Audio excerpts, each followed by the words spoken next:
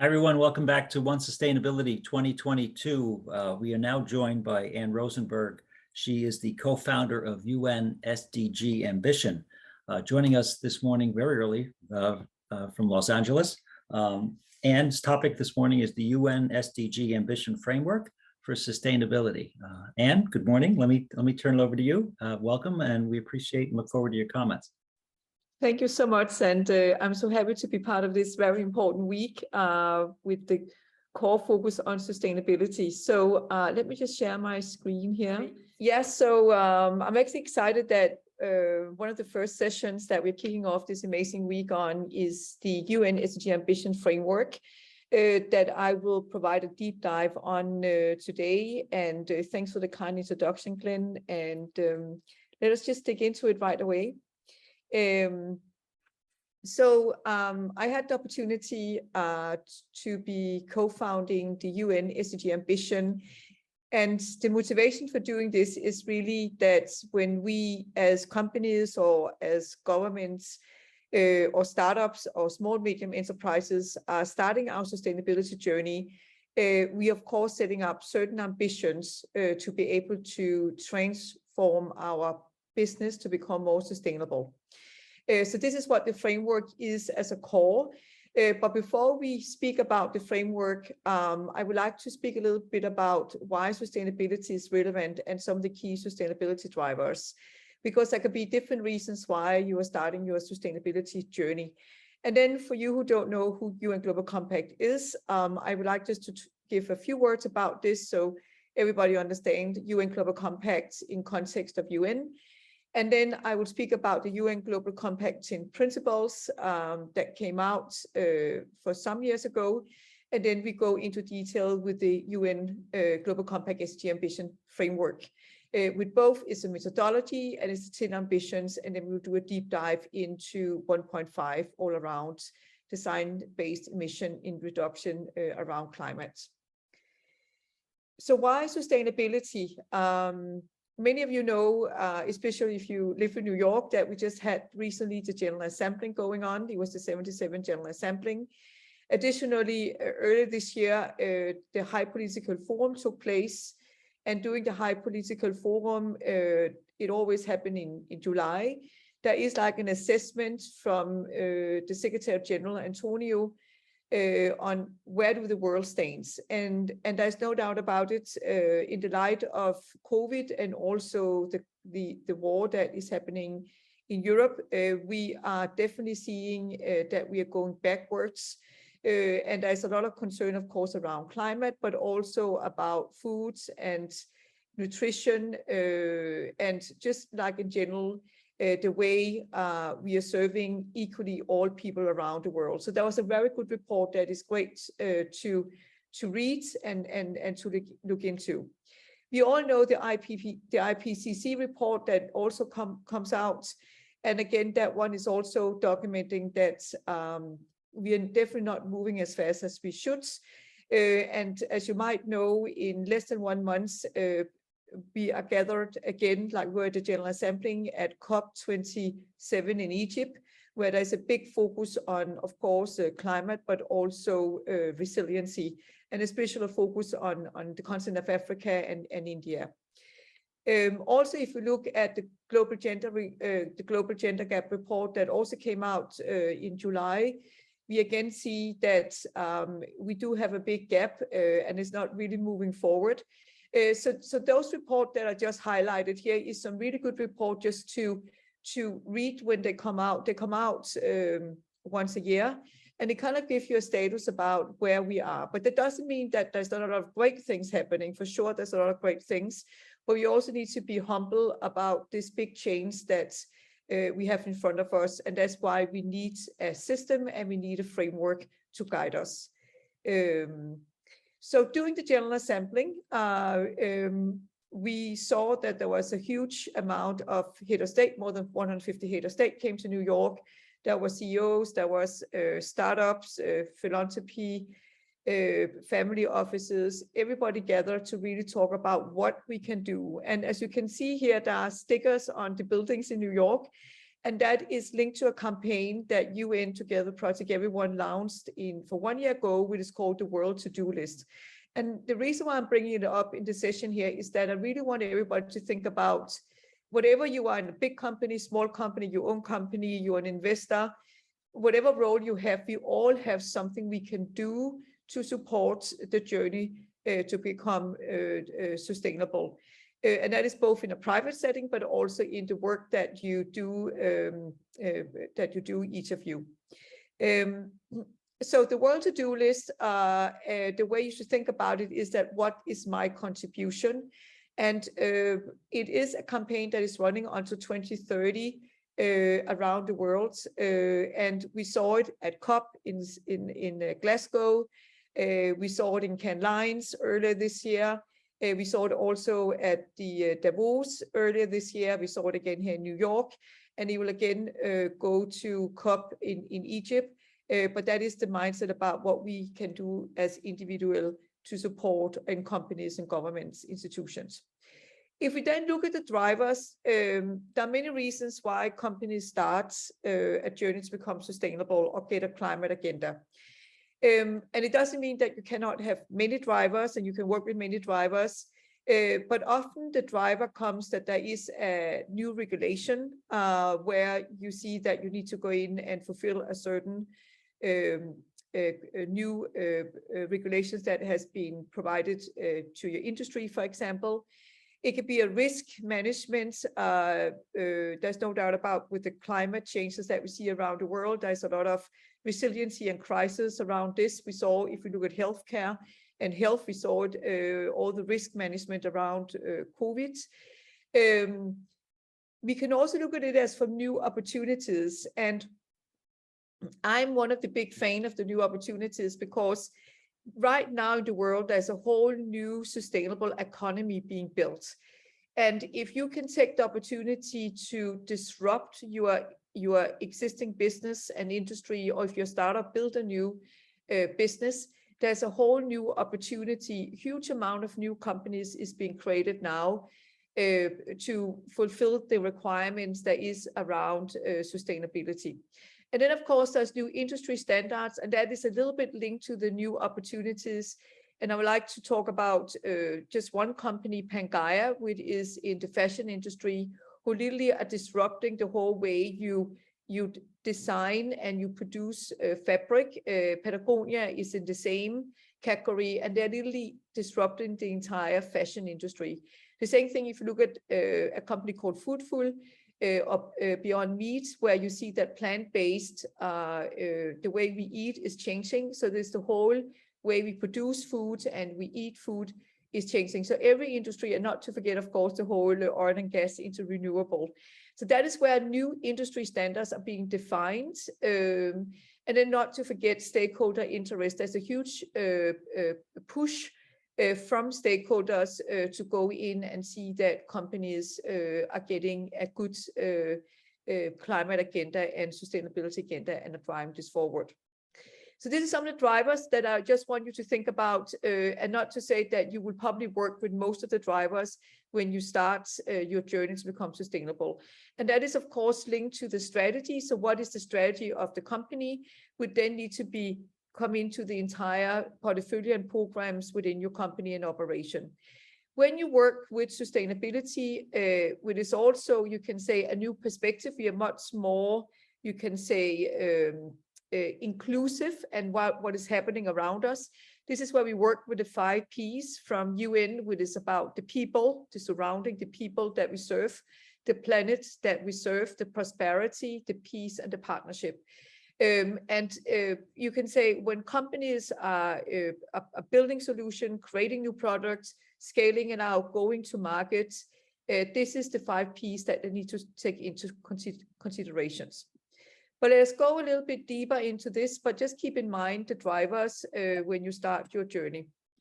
So UN Global Compact. So you all know that UN, where we have the headquarters in New York, the beautiful UN building, this is countries that is member of UN.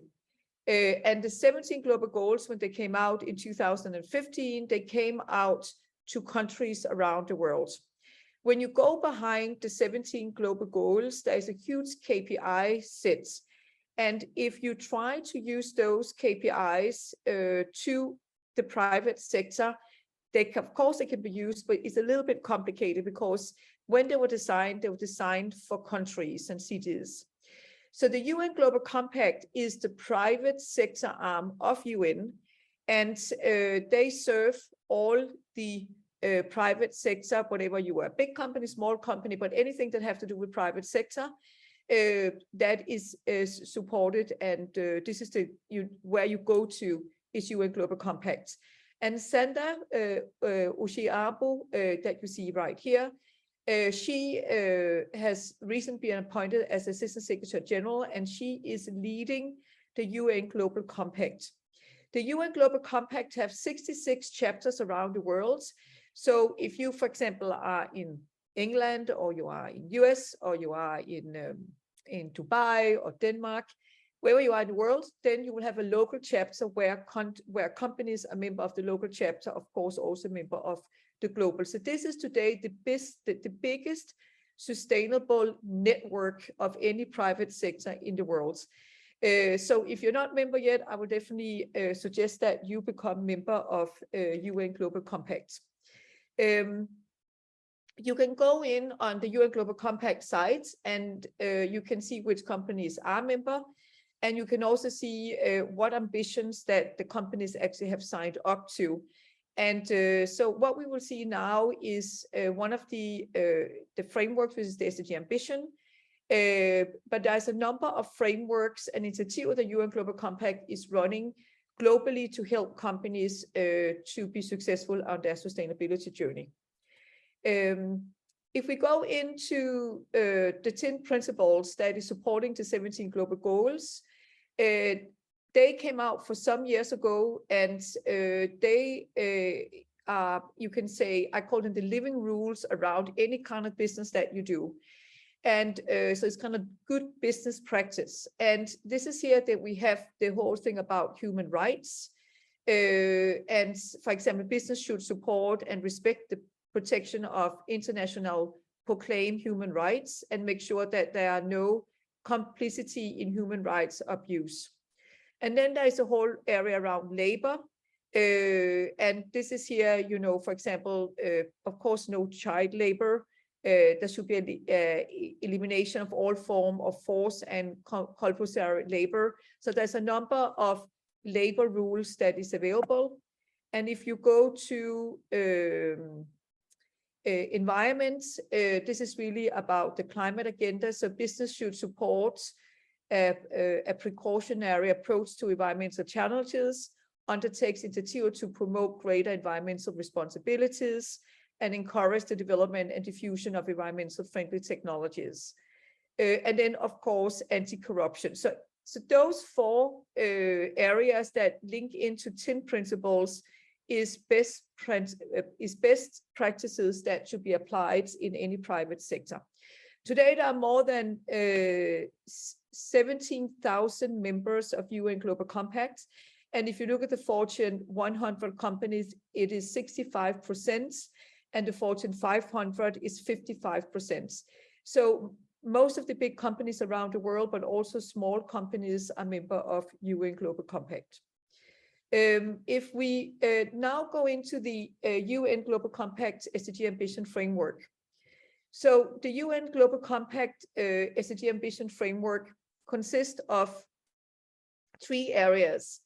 And when we created it, and I created it together with the former director of UN Global Compact, Lisa Kingo, it was really because we could see that, and this was back in 2018, and it took 3 years to build it out. So it was launched, the first piece was launched by the Secretary General Antonio in 2020 at COP, just before COVID hit the world. But the framework consists of 3 pieces. The first piece is really around making sure that you incorporate sustainability into your strategy and governance. And that means that you incorporate it into your vision, mission statements, into the company values. You make sure that the government, so the boards, that sustainability and climate become part of the agenda of the boards. You make sure that there are knowledge in the board about the importance of sustainability, so you can bring it into the core of the business. And you go in and you work with the corporate strategy and goals. So when you build your balanced scorecards, where you normally have your revenue targets, market shares, and so on and so forth, you make sure that your emission measurement that you do, if you talk about 1.5, is available in the scorecard, and is of course based on real-time measurements. If you then go to the middle parts, which definitely is the difficult parts when you run a sustainability and climate agenda, this is where you work with the operation and you work with, for example, product and services.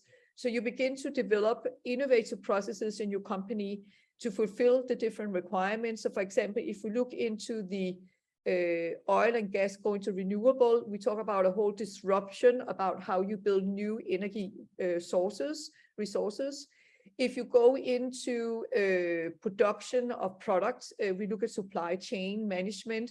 We look at how we look at material, how we produce products.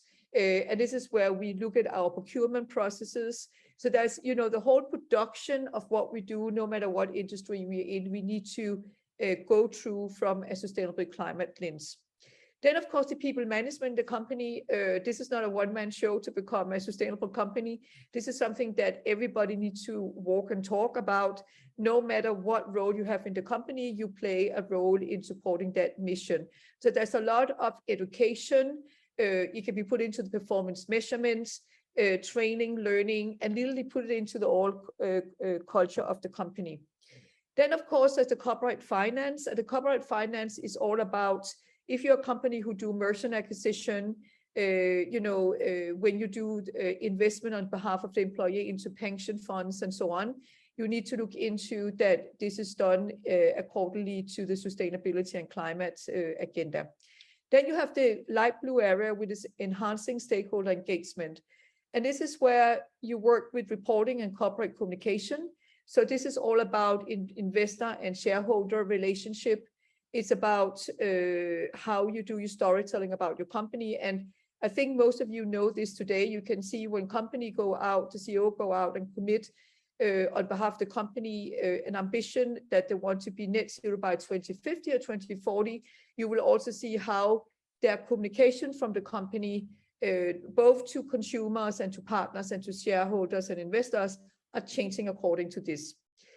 Sales and marketing, you can see many companies today have changed the whole go-to-market of their products to be seen in another light. So this is about brand, product promotion, how you engage with clients. And also there's a lot of education included into this. And then, of course, there's a whole area about partnership and stakeholder relationship. And this is here that for you to really fulfill this, it's not enough that you within your company has a strong sustainability agenda. If you look at the emission 1, 2, and 3 measurement, emission 1, this is where you can deal with that inside the company. But as soon as you work with emission 2 and 3, you will need to rely on your partners. And this is where we see right now that there is companies that need to select and deselect partnerships if they're not as far in the sustainability journey as the ambition is of the company. This here looks pretty simple. It is not simple. There's a huge document behind it with defined everything in details that can be downloaded on the UN Global Compact sites, where you can read about the different areas so you can use it in the implementation. Together with the methodology, there is 10 ambitions. And as I mentioned before, the 17 global goals has been created for countries. So we took the 17 global goals and we translated them into benchmarks. And this is what you see over here, where the first one, and this is for the private sector to be used. And this is where the first one is about gender balance across all levels of management, where you can see it does include goal 1, 4, 18, and 16. You mainly use it in operations. Then you have net positive water impact in water stressed basins. Again, this also includes goal 11, 12, 13, 14, and 17, and go under operation, product and services, and value chain. Then you have 100% of employees across the organization earn a living wage. You have zero waste to landfill and in incineration.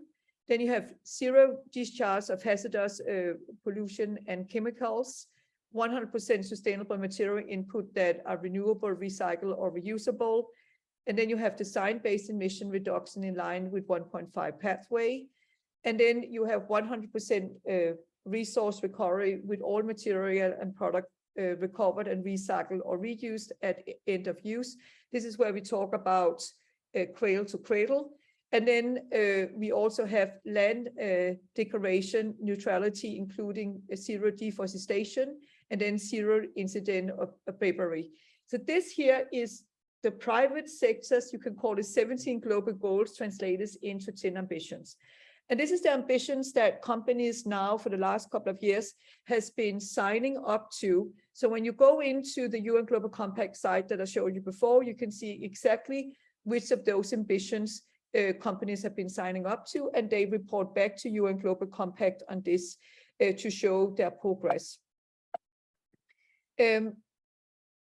Another thing I want to mention is that we are going from a time where we are looking much more at impact. So for example, before incremental goal is in light of what current seems possible, that was the past. Now we say absolute goals grounded in science and what is required by each company to achieve the SDGs. And that's the reason why we are seeing so much more massive shifts in businesses as we saw earlier. And again, I would like to mention the oil and gas that really are moving into renewable and the huge investment that is coming behind that. Then we are going from being output oriented to be impact oriented. So before it was more about volume and waste as a byproduct of production. Now it's about elimination of waste across the business. And then the last one I want to mention here, before we were very much about independent KPIs, but now we look much more at interconnected systems of KPIs, because all the 10 ambition you saw before, of course, they are connected.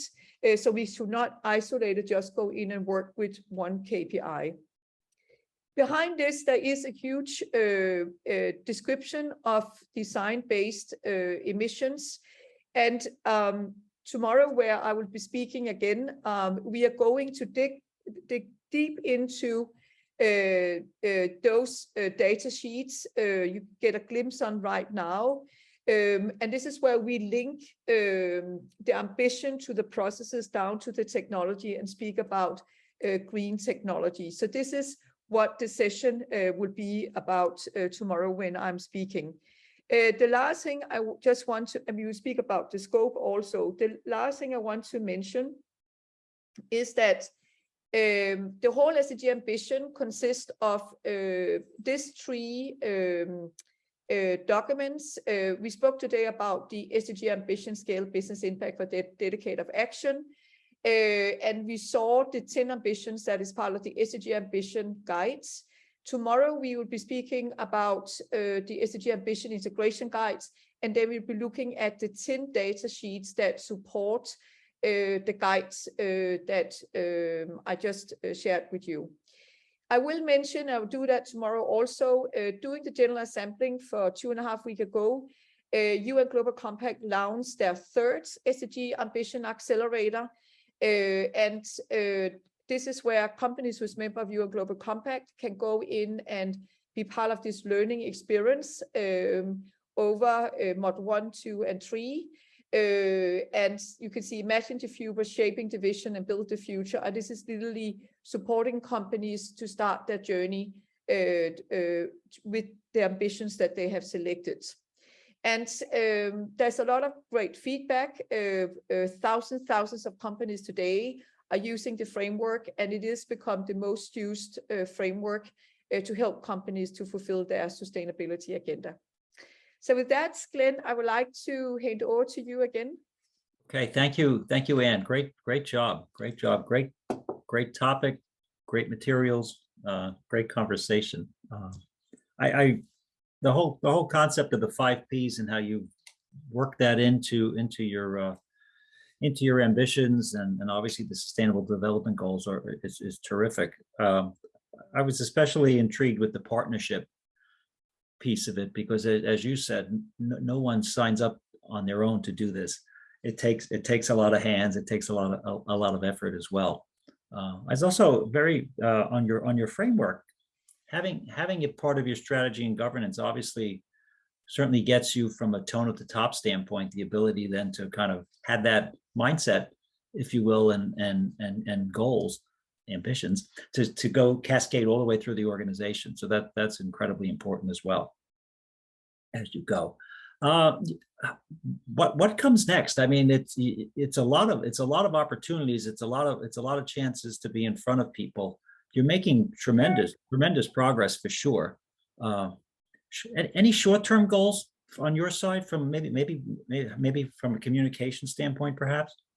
I think that going on a sustainability journey, you should define a roadmap and then put it down in pieces. So because when you do, it's very much a sci-fi goal to say that I'm going to be net zero in 2040 to 2050, right? So you need to break it down into like what can we achieve the next 2 years, next 4 years, the next 5 years, and then really cascade it into the organization. So into your program office projects, so everybody in the organization know how they can work with those ambitions, and then make that very transparent. I think is very, very important. I think we are going from doing great commitment and pledges to actually move into how do we actually do it. I can see some of the communications that is coming out of the preparation to COP27. It's the focus now not just about we committed, but it's actually about how do we do it. So I think the framework here is really something that will help you to put it into practice when you start your journey. Yeah. Terrific. I love the world to-do list. You can't see my office, but you would see Post-its all over it. Yeah. So I'm very much can resonate to that.